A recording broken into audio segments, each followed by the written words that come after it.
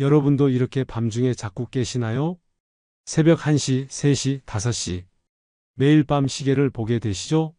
화장실 가려고 일어났다가 다시 잠들지 못해 뒤척이시나요? 혹시 이런 생각하고 계시진 않으세요? 나이 들면 당연한 거라고, 물을 덜 마시면 해결될 거라고요. 제가 오늘 그 생각을 완전히 뒤집어 드리겠습니다. 저는 30년간 전해질 대사와 노화 생리를 연구해온 박지연입니다. 수천 명의 데이터를 분석하면서 놀라운 사실을 발견했어요. 물을 줄인 분들이 오히려 더 자주 깬다는 거예요. 왜 그럴까요? 답은 간단합니다. 문제는 물의 양이 아니라 세포가 물을 받아들이지 못한다는 거예요. 젊을 때는 세포가 스펀지처럼 물을 쭉쭉 빨아들였죠? 그런데 나이가 들면 그 스펀지가 말라버립니다. 물을 아무리 마셔도 세포는 목마른 상태로 남고 결국 혈액만 넘쳐서 방광을 자극하는 겁니다. 여기서 더 무서운 건 뭔지 아세요? 물을 줄이면 세포는 더 말라갑니다.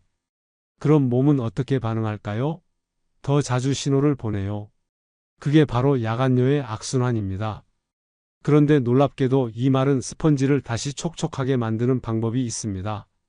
바로 소금물 한 잔에 레몬 한 조각을 더하는 거예요. 이 단순한 조합이 세포의 문을 열고 물을 안으로 끌어들이고 밤의 비상신호를 멈춥니다. 믿기지 않으시죠? 저도 처음엔 그랬습니다. 하지만 실제로 수백 명이 단 3일 만에 변화를 경험했어요. 밤에 한 번도 안 깨거나 깨더라도 금방 다시 잠들거나 아침에 개운하게 눈을 뜨는 경험을요. 여러분은 어떠세요? 어젯밤 몇 번이나 깨셨나요? 댓글로 숫자만 남겨주세요. 오늘 이 영상 끝까지 보시면 그 숫자가 확 줄어들 겁니다. 저희 어머니 이야기부터 시작할게요. 어머니는 매일 밤 화장실을 두세 번씩 다녀오셨어요. 한 번은 새벽 4시에 일어나셔서 거실에 앉아 계시길래 제가 물었죠. 왜 안 주무시냐고요? 어머니는 한숨을 쉬시며 말씀하셨어요. 화장실 다녀오면 잠이 안 온다고, 나이 들면 다 그렇다고요. 그날 어머니 표정이 너무 지쳐 보였어요. 낮에도 자꾸 졸리시고 뭘 하시든 힘들어 하셨죠? 그런데 어머니만 그런 게 아니었어요. 제가 만난 70대 분들 대부분이 똑같은 고민을 안고 계셨습니다. 여러분도 그러시죠? 밤에 깨면 다시 잠들기 어렵고, 아침엔 개운하지 않고, 낮엔 피곤해서 소파에 앉으면 금방 졸음이 쏟아지시죠? 그래서 저는 어머니께 제 연구 결과를 실험 삼아 권해드렸어요. 잠들기 1시간 전에 미지근한 물 한 컵에 천일염을 손끝으로 한 꼬집만 넣고 거기에 레몬 한 조각을 띄워서 드시라고요. 처음엔 반신반의 하셨어요. 소금물을 마시면 오히려 목마르지 않겠냐고 하시더라고요. 그런데 사흘째 되던 날 아침 어머니가 제 손을 잡으시며 이렇게 말씀하셨습니다. 어제는 새벽에 한 번밖에 안 깼다고요. 그것도 금방 다시 잠들었다고요. 그 다음부터 어머니는 매일 그 소금물을 드셨어요. 일주일 뒤엔 밤새 한 번도 안 깨는 날도 생겼고요. 놀라운 건 그것뿐이 아니었어요. 아침에 얼굴 붓기가 사라지고 낮에 덜 피곤해 하시고 예전처럼 활기차게 움직이시는 모습을 보게 됐습니다. 혹시 여러분도 이런 경험 있으신가요? 물을 줄였는데 오히려 더 자주 깨거나 자다 깨면 입이 바싹 마르거나 아침에 일어나면 온몸이 무겁거나 하는 경험 말이에요. 이 영상을 끝까지 보시면 왜 그런 일이 생기는지, 그리고 어떻게 하면 단 3일 만에 몸의 균형을 되찾을 수 있는지 정확히 아시게 될 겁니다. 가장 중요한 황금 비율은 마지막에 나오니까 절대 놓치지 마세요. 아직 구독과 좋아요 안 누르셨다면 지금 바로 눌러주세요. 이 채널은 여러분의 건강한 노년을 진심으로 응원합니다. 이런 정보를 더 많은 분들이 알 수 있도록 공유도 부탁드려요. 오늘 이 영상에서 말씀드릴 내용은 여러분의 수면을 완전히 바꿀 수 있는 중요한 지혜입니다. 끝까지 듣고 실천하셔야만 진정한 변화를 경험할 수 있어요. 마지막까지 저와 함께 해주세요. 그럼 이제 왜 소금물에 레몬을 더하는 게 야간뇨를 멈추는지 그 과학적 이유를 하나씩 풀어드리겠습니다. 먼저 가장 중요한 원리부터 말씀드릴게요. 바로 세포 수분 흡수력 회복입니다. 나이가 들면 세포막이 딱딱해져요. 세포막에는 수분이 드나드는 작은 통로가 있는데 이 통로가 점점 좁아지고 굳어지는 거죠. 그래서 물을 마셔도 세포 안으로 들어가지 못하고 혈액에만 머물게 됩니다. 혈액이 넘치면 어떻게 될까요? 신장이 그걸 걸러내서 방광으로 보내버려요. 그게 바로 여러분이 밤마다 깨는 이유예요. 그런데 소금 속 나트륨이 바로 그 세포막의 통로를 열어줍니다. 나트륨은 세포막에 있는 펌프를 작동시켜서 물이 안으로 쏙쏙 들어가게 만들어요. 서울대 노화연구센터에서 실험한 결과를 보면요. 천일염을 적절하게 섭취한 그룹은 세포의 수분 보유력이 무려 35%나 향상됐다고 합니다. 제가 만난 72세 김영수님 이야기를 들려드릴게요. 이분은 야간요 때문에 물을 거의 안 드셨대요. 저녁 6시 이후론 물 한 모금도 안 마셨다고 하시더라고요. 그런데 오히려 더 자주 깨셨어요. 입은 바싹 마르고 새벽마다 목이 타는 것처럼 불편했대요. 그래서 제가 권해드렸죠. 잠들기 1시간 전에 미지근한 물 200ml에 천일염을 손끝으로 한 꼬집만 넣고 레몬 한 조각을 띄워 드시라고요. 처음엔 의심하셨지만 한번 해보시겠다고 하셨어요. 그런데 놀라운 일이 일어났어요. 이틀째 되는 날부터 밤에 한 번만 깨시고 닷새째 되는 날부턴 밤새 한 번도 안 깨셨대요. 본인도 믿기지 않는다고 하시면서 손을 꼭 잡으시더라고요. 여기서 주의할 점이 있어요. 너무 짜게 만들거나 레몬을 너무 많이 넣으면 위에 부담이 될 수 있어요. 손끝으로 살짝 찝히는 정도의 소금, 그리고 레몬은 얇게 한 조각이면 충분합니다. 여러분은 지금 어디서 이 영상을 보고 계세요? 혹시 침대에 누워서 보고 계신가요? 댓글로 알려주세요. 그리고 어젯밤에 몇 번이나 깨셨는지도 함께 남겨주시면 감사하겠습니다. 이제 두 번째 원리를 말씀드릴게요. 바로 세포 내 전해질 균형 유지입니다. 소금만 드시면 어떻게 될까요? 나트륨이 과하게 들어가서 혈압이 올라갈 수 있어요. 그래서 레몬이 필요한 겁니다. 레몬 속에는 칼륨이 풍부하게 들어있어요. 칼륨은 나트륨의 부담을 덜어주고 세포 안팎의 균형을 맞춰주는 역할을 합니다. 일본 나가사키대에서 아주 흥미로운 실험을 했어요. 천일염과 레몬을 함께 섭취한 그룹과 물만 마신 그룹을 7일 동안 비교했더니 소금물과 레몬을 함께 드신 분들은 야간요 횟수가 평균 42%나 줄었다고 합니다. 거의 절반이 준 거예요. 박경자 69세님도 비슷한 경험을 하셨어요. 이분은 소금물만 드셨을 때 속이 쓰리고 불편하다고 하셨어요. 그런데 레몬을 한 조각 넣으니까 훨씬 부드럽게 넘어가고 밤에도 편하게 주무셨대요. 일주일 뒤엔 새벽에 깨는 횟수가 확 줄었다고 하시더라고요. 실천 방법은 간단해요. 레몬 한 조각이면 충분합니다. 너무 많이 넣으면 산 때문에 위가 자극받을 수 있어요.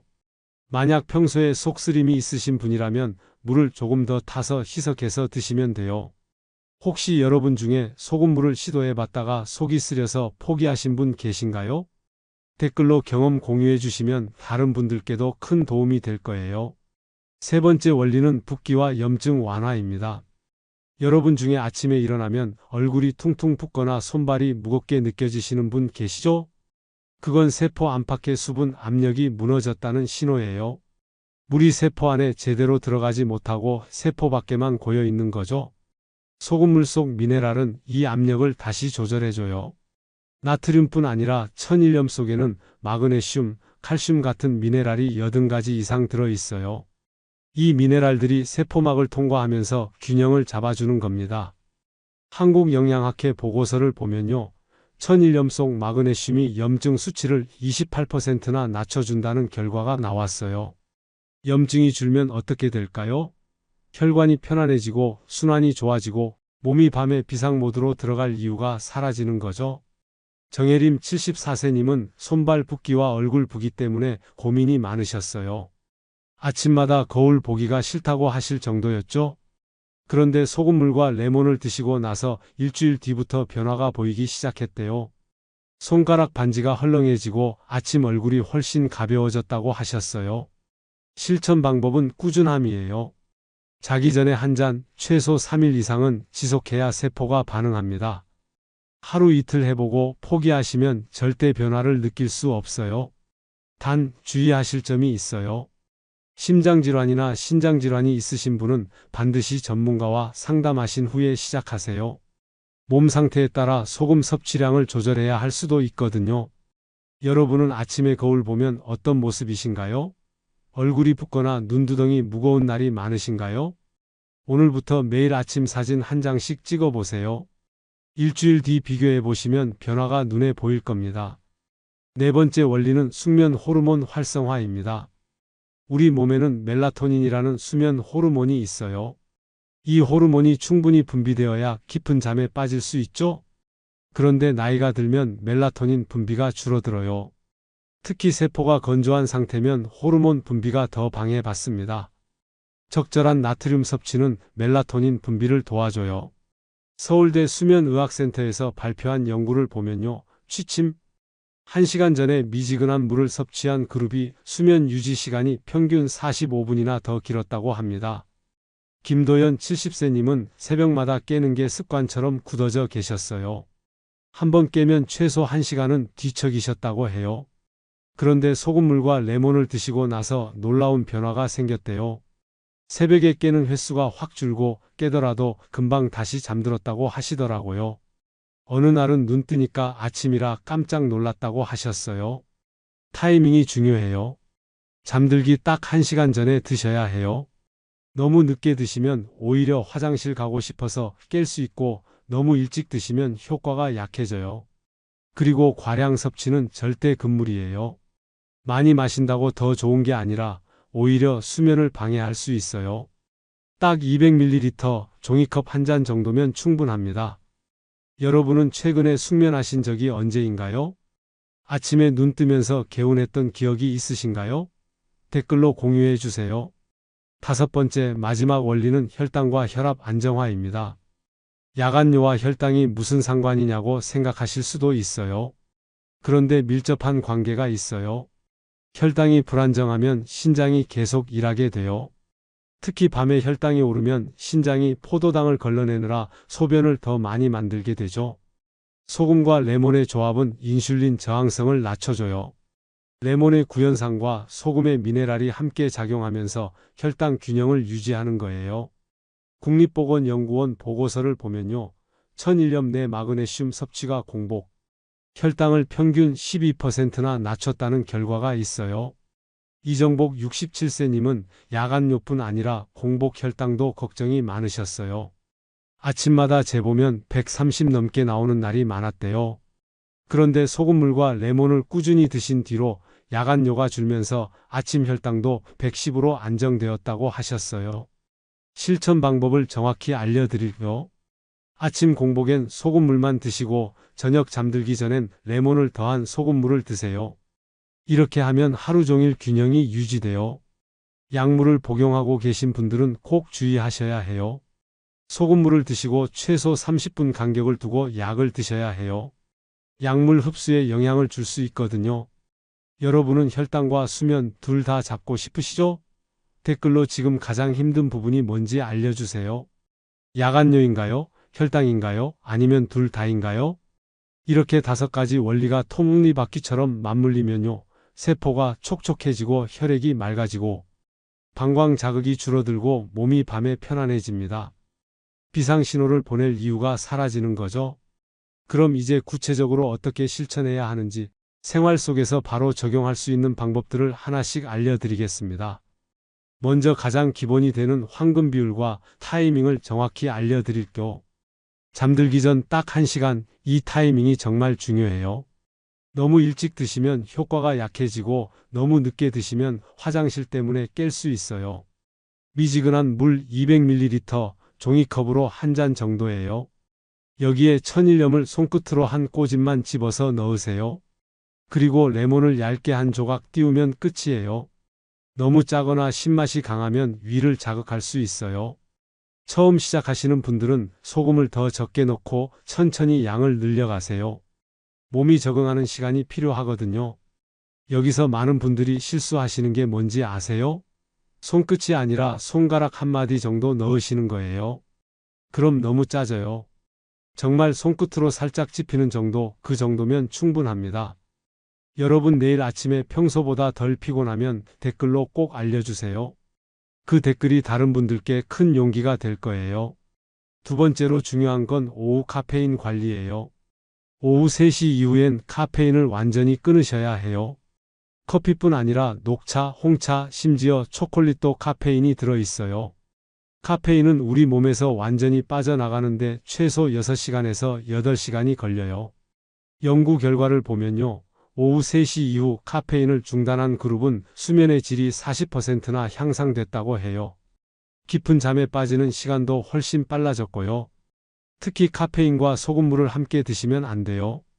카페인은 이뇨작용이 있어서 소금물로 채운 수분을 다시 빼내버려요. 그럼 세포는 다시 건조해지고 밤에 또 깨게 되는 거죠. 저녁차는 보리차나 대추차로 바꿔보세요. 카페인이 없고 몸을 따뜻하게 해주는 차들이에요. 특히 대추차는 마음을 편안하게 해주는 효과도 있어서 수면에 도움이 돼요. 여러분은 오늘 오후에 커피 한 잔 쉬어 보실래요? 한번 시도해 보시고 내일 아침 몸 상태를 체크해 보세요. 세 번째는 잠들기 전 다리 높이기예요. 하루 종일 서 있거나 앉아 계시면 다리에 수분이 고여요. 이 수분이 밤에 누우면 혈액으로 다시 흡수되면서 방광을 자극하게 돼요. 그래서 잠들기 전 15분만 다리를 높이 올려주시면 이 부종을 미리 줄일 수 있어요. 벽에 다리를 기대고 누워서 15분만 유지하세요. 처음엔 불편하실 수 있지만 익숙해지면 오히려 편안해져요. 다리가 가벼워지는 느낌이 확실히 들 거예요. 주의하실 점은 허리 통증이 있으신 분은 무리하지 마세요. 허리에 쿠션을 받치거나 다리를 완전히 높이지 말고 살짝만 올려도 효과가 있어요. 제가 만난 분들 중에 이 방법을 꾸준히 하신 분들은 야간뇨가 확연히 줄었다고 하셨어요. 특히 다리 부종이 심하신 분들일수록 효과가 빨리 나타났어요. 오늘 밤 해보시고 내일 아침 다리가 얼마나 가벼운지 느껴보세요. 그 차이를 댓글로 공유해 주시면 감사하겠습니다. 네 번째는 발을 따뜻하게 유지하는 거예요.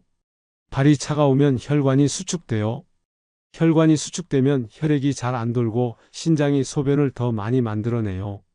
반대로 발이 따뜻하면 혈관이 이완되고 순환이 좋아지고 소변 생성이 줄어들어요. 수면 양말을 신거나 발을 가볍게 주물러 주세요. 너무 뜨거운 물로 족욕하시면 오히려 자극이 될 수 있으니 미지근한 물로 10분 정도만 담그시면 돼요. 체온을 딱 1도만 올려도 수면의 질이 크게 달라져요. 발이 따뜻해지면 뇌가 이제 잘 시간이라고 인식하거든요. 제가 만난 한 분은 평생 손발이 차가워서 겨울엔 잠들기가 너무 힘들다고 하셨어요. 그런데 수면 양말을 신고 주무시니까 야간뇨도 줄고 아침에 개운하게 일어나신다고 하셨어요. 여러분은 평소에 손발이 차가우신가요? 댓글로 알려주세요. 그리고 오늘 밤부터 발을 따뜻하게 하고 주무시면 내일 아침이 달라질 거예요. 다섯 번째는 하루 수분 섭취 타이밍을 조절하는 거예요. 많은 분들이 저녁에 갈증이 나서 물을 벌컥벌컥 드세요. 그럼 당연히 밤에 깰 수밖에 없어요. 수분은 아침과 낮에 나눠서 충분히 드시고 저녁엔 균형만 맞추는 게 핵심이에요. 오전에 1리터, 오후에 0.5리터, 잠들기 전엔 0.2리터 정도로 조절해 보세요. 이렇게 하면 하루 필요한 수분은 다 채우면서도 밤에 방광이 넘치는 걸 막을 수 있어요. 잠들기 직전에 물을 많이 드시는 건 절대 피하세요. 아무리 목마르셔도 한두 모금만 입만 축이는 정도로 하시고 대신 낮에 충분히 드세요. 제가 만난 분들 중엔 낮엔 물을 거의 안 드시다가 저녁에만 몰아서 드시는 분들이 많았어요. 그럼 세포는 하루 종일 말라 있다가 저녁에만 물이 넘쳐요. 당연히 밤에 깰 수밖에 없죠? 내일 아침 일어나서 몸이 얼마나 가벼운지 확인해 보세요. 붓기가 줄고 얼굴이 개운하면 제대로 하고 계신 거예요. 여섯 번째는 저녁 식사 시간과 양을 조절하는 거예요. 저녁을 너무 늦게 드시거나 과식하시면 소화하느라 몸이 계속 일해요. 그럼 깊은 잠에 빠지기 어렵고 화장실도 더 자주 가게 돼요. 저녁은 잠들기 최소 3시간 전에 마치세요. 그리고 양은 평소보다 조금 적게 드시는 게 좋아요. 특히 국물이 많은 음식은 피하시고 수분 함량이 적은 음식으로 드세요. 과일도 주의하셔야 해요. 수박, 참외 같은 수분 많은 과일은 저녁엔 피하시고 대신 아침이나 오전에 드세요.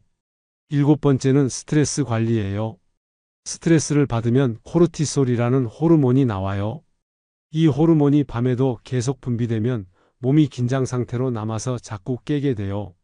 잠들기 전 30분은 스마트폰도 끄고 텔레비전도 끄고 조용히 심호흡하는 시간을 가지세요. 깊게 숨 쉬면서 하루를 정리하고 마음을 비우세요. 명상이나 가벼운 스트레칭도 좋아요. 몸과 마음이 이완되면 멜라토닌 분비가 늘어나고 깊은 잠에 빠질 수 있어요. 8번째는 침실 환경을 최적화하는 거예요.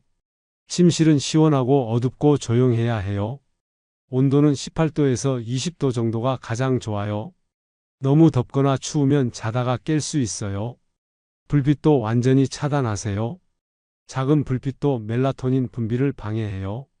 암막 커튼을 사용하거나 수면 안대를 쓰시면 도움이 돼요. 소음도 중요해요. 조용한 환경이 어려우시면 귀마개를 사용하거나 백색 소음을 틀어놓으시는 것도 방법이에요. 이렇게 8가지 실천법을 일상 속 루틴으로 만들면 몸은 빠르게 반응해요. 단 하루 이틀이 아니라 최소 일주일은 꾸준히 해보세요. 그럼 변화가 확실히 느껴질 거예요. 여러분은 이 중에 어떤 것부터 시작해 보실 건가요? 댓글로 알려주세요. 그리고 일주일 뒤 다시 댓글로 변화를 공유해 주시면 감사하겠습니다. 이제 오늘 배운 내용을 정리하고 마무리하겠습니다. 오늘 이야기의 핵심을 다시 한번 정리해 드릴게요. 야간뇨의 진짜 원인은 나이가 아니었어요. 바로 세포의 목마름이었죠. 물을 줄이는 게 해답이 아니라 세포가 물을 머금게 만드는 게 진짜 해답이었습니다. 여러분이 지금까지 알고 계셨던 상식은 이랬을 거예요. 밤에 자주 깨니까 물을 덜 마셔야 한다. 나이 들면 당연히 그렇다. 참고 살아야 한다. 하지만 오늘 제가 알려드린 올바른 관리는 완전히 달랐죠? 세포에 물을 머금게 하려면 소금물에 레몬을 더해야 한다. 나트륨이 세포의 문을 열고 칼륨이 균형을 잡고 미네랄이 염증을 줄이고 멜라토닌이 깊은 잠을 만든다. 만약 잘못 관리하시면 어떻게 될까요? 물을 줄이면 세포는 더 말라요. 세포가 마르면 혈액만 넘치고 방광은 계속 자극받고 밤마다 깨는 악순환이 반복돼요. 낮엔 피곤하고 집중력은 떨어지고 몸은 점점 더 무거워져요. 하지만 제대로 관리하시면 완전히 달라져요. 세포가 촉촉해지면서 수분이 안으로 들어가요.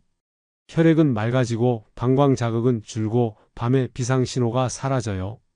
아침엔 개운하게 일어나고 낮엔 활기차게 움직이고 몸이 가벼워지는 걸 느끼실 거예요. 그럼 오늘 당장 실천할 수 있는 단 하나의 제안을 드릴게요. 오늘 밤 잠들기 딱 1시간 전에 이렇게 해보세요. 미지근한 물 200ml를 준비하세요. 종이컵으로 한 잔이에요. 거기에 천일염을 손끝으로 한 꼬집만 넣으세요. 진짜 손끝으로 살짝 찝히는 정도예요. 그리고 레몬을 얇게 한 조각 띄우세요. 천천히 마시세요. 급하게 드시지 마시고 조금씩 음미하면서 드세요. 그리고 잠자리에 드세요. 단 3일만 꾸준히 해보세요. 첫날은 큰 변화 못 느끼실 수도 있어요. 하지만 이틀째, 사흘째 되면 몸이 먼저 대답할 겁니다. 밤에 깨는 횟수가 줄거나 깨더라도 금방 다시 잠들거나 아침에 개운하게 눈을 뜨는 경험을 하실 거예요. 그리고 일주일 뒤엔 아침 거울을 보세요. 얼굴 붓기가 줄고 눈빛이 맑아지고 표정이 밝아진 걸 발견하실 겁니다. 다음 영상에서는 밤중 혈당 급상승을 막는 저녁 루틴 3가지를 알려드리겠습니다. 야간뇨와 혈당은 서로 연결돼 있어서 함께 관리하시면 훨씬 효과가 좋아요. 다음 영상도 꼭 챙겨보세요. 오늘 내용이 도움이 되셨다면 구독과 좋아요 꼭 눌러주세요. 이런 정보를 더 많은 분들이 알 수 있도록 공유도 부탁드려요. 여러분 한 분 한 분의 참여가 더 많은 시니어 분들의 건강한 노년을 만듭니다. 마지막으로 질문 하나 드릴게요. 여러분은 어젯밤 몇 번 깨셨나요? 댓글로 숫자만 남겨주세요. 그리고 오늘 밤 소금물과 레몬을 드시고 나서 내일 아침에 다시 댓글로 숫자를 남겨주세요. 그 변화를 함께 나누면 다른 분들께도 큰 용기가 될 거예요. 오늘도 끝까지 함께 해주셔서 진심으로 감사드립니다. 여러분의 건강하고 행복한 노년을 응원합니다. 다음 영상에서 또 만나요.